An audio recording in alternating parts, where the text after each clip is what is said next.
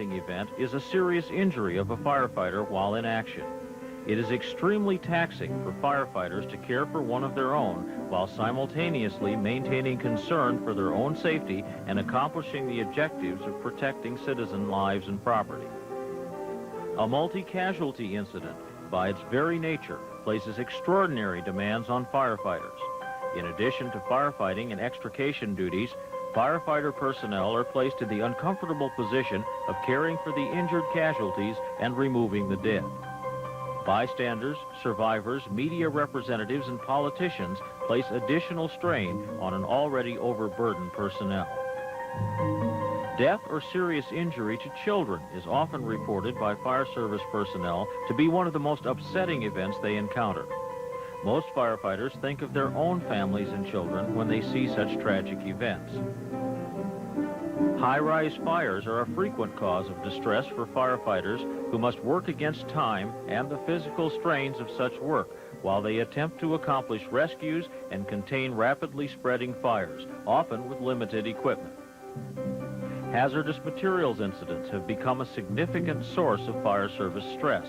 They demand a more carefully designed and slower approach to incident management than most other fire department-related situations. Demands for increased specialized knowledge are present in all hazardous materials events, as are increased dangers to the personnel, equipment, and the community. Firefighters who also serve as EMTs and paramedics in many communities are exposed to greater dangers as they perform their health-related duties. The threat of AIDS and other communicable diseases has, in some circumstances, made human blood and other body fluids hazardous materials. These situations represent the most obvious sources of stress to the firefighter. In fact, any situation which has emotional power sufficient enough to overwhelm the normal coping abilities of a firefighter may be considered a critical incident. Firefighter stress reactions to critical incidents may be acute or delayed. Signs and symptoms of distress which appear during or immediately after fire service operations are considered acute. Signs of delayed stress generally appear any time from several days up to several months after the conclusion of the critical incident. A delayed stress reaction may be a bit more difficult to recognize because so much time has passed that personnel do not see how distress signs which are now present are connected to an event which ended days, weeks, or more earlier. The following guidelines should be helpful in assessing how seriously a firefighter is distressed by a critical incident. Acute signals of distress usually fall into 4 categories: cognitive, physical, emotional, and behavioral. Command staff and fire personnel may observe the following common distress signals. Distressed firefighters usually have difficulty making decisions, appear confused or disoriented, and are unable to concentrate. They also express difficulties in thinking clearly. Some distressed firefighters may be unable to remember orders or features of the incident. They may also find it difficult to perform more than one task when they have been issued a series of commands. At times, firefighters may see aspects of previous scenes as if they were reoccurring in the present. Distressed fire service personnel experience a wide variety of physical symptoms. Profuse sweating, muscle tremors, headaches, dizziness, loss of coordination, nausea, and upset stomach are among the most common. When a firefighter develops chest pain, hyperventilation, excessively increased heart rate or blood pressure, signs of shock or cardiac arrhythmias, he or she is in need of immediate medical attention. Emotional distress signals are generally suppressed by firefighters because they have learned that uncontrolled emotions at the scene can interfere with their work. However, when a firefighter's ability to suppress emotions gets overwhelmed by a critical incident, signs of emotional distress generally take the form of feelings of numbness, being overwhelmed and shocked. Many firefighters report that they develop anxiety, fear, and a sense that the situation is not real. Anger and resentment are not uncommon. Neither is grief, guilt feelings, and feelings of intense sadness. Inability to perform tasks that were previously mastered is a behavioral sign of distress. Likewise, withdrawal from contact with others, Emotional outbursts, excessive humor or talkativeness, hyperactivity or prolonged silence may also be signs of distress. Command staff and firefighters who notice a number of signs of obvious emotional, cognitive, physical, and behavioral stress in other firefighters would be wise to provide the distressed person with relief as soon as possible. Most firefighters who are given a break are able to recover rapidly and resume their normal work activities. Delays in providing assistance intensify the stress reaction and complicate recovery. Remove the person from the immediate area, but avoid leaving the distressed person alone until they begin to regain control. Given a rest break, most personnel show signs of improvements within 15 minutes and are ready for reassignment at the scene in approximately half an hour. If there's no improvement, extend the rest period. Allow the distressed individuals to move, walk, or sit as they please.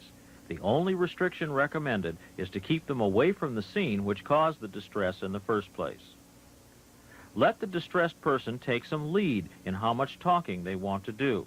Invite them to talk about what happened, but don't force them to talk.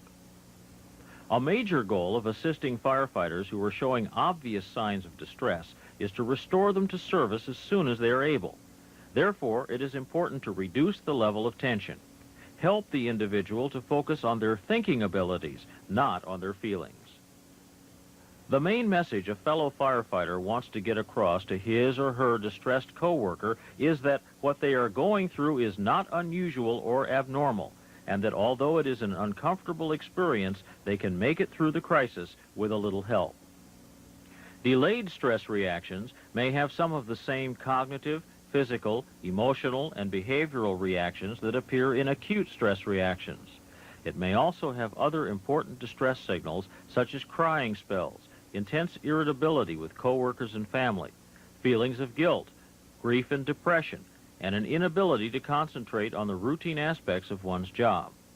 Sleep disturbances, changes in eating habits, lowered interest in sex, marital conflict, or isolation from loved ones are also common. The three main features of a delayed stress reaction are intrusive images, such as dreams, nightmares, and flashbacks, fear of repetition of the event, and any physical or emotional symptoms which did not exist before the critical incident.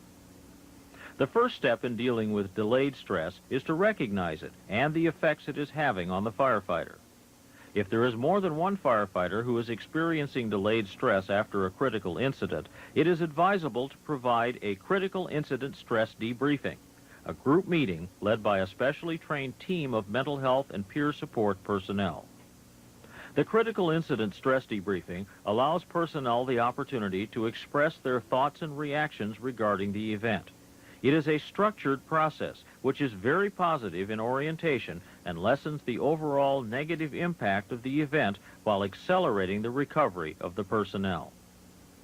If there is only one firefighter who is experiencing delayed stress, a similar service can be provided on an individual basis, or it may be necessary to refer that individual for brief counseling. It is important, however, to make sure that the mental health professional is very familiar with both the personality of firefighters and the nature of the work they perform. The wrong type of help from the wrong mental health professional can be more damaging than no help at all. Early recognition of acute and delayed stress reactions is essential if commanders are going to obtain the proper assistance for their personnel. Command staff must understand that personnel suffering from acute or delayed stress reactions are normal people with normal reactions to abnormal events. Many other things can be done to limit the impact of critical incident stress on firefighters. Companies arriving at a scene where others are already engaged in operations need to be given a briefing about the incident. This will limit surprise elements of the incident which contribute to critical incident stress. Firefighters need breaks in spite of their protests to the contrary. The notion that their training and experience eliminates any need for rest is a commonly held myth. A good rule of thumb is a break after every 1.5 to 2 hours of work. Rotation of crews from one area to another is also helpful, especially when commanders are unable to provide regular rest breaks. Please keep in mind that younger firefighters are more vulnerable to stress reactions than our older veterans. Caffeine has been recently found to increase the potential for serious negative stress reactions.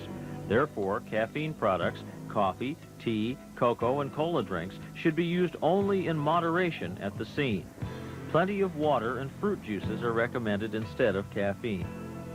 Encourage the members to talk about a bad event amongst themselves. This helps to put the situation in perspective, and it assures the personnel that they are not unique or abnormal in their reactions.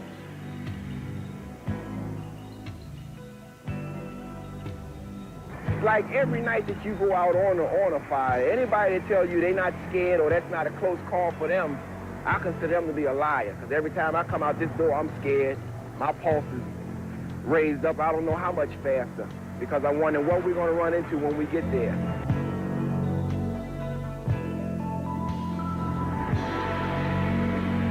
Day in, day out, firefighters are asked to perform extraordinary and dangerous tasks to preserve life and property.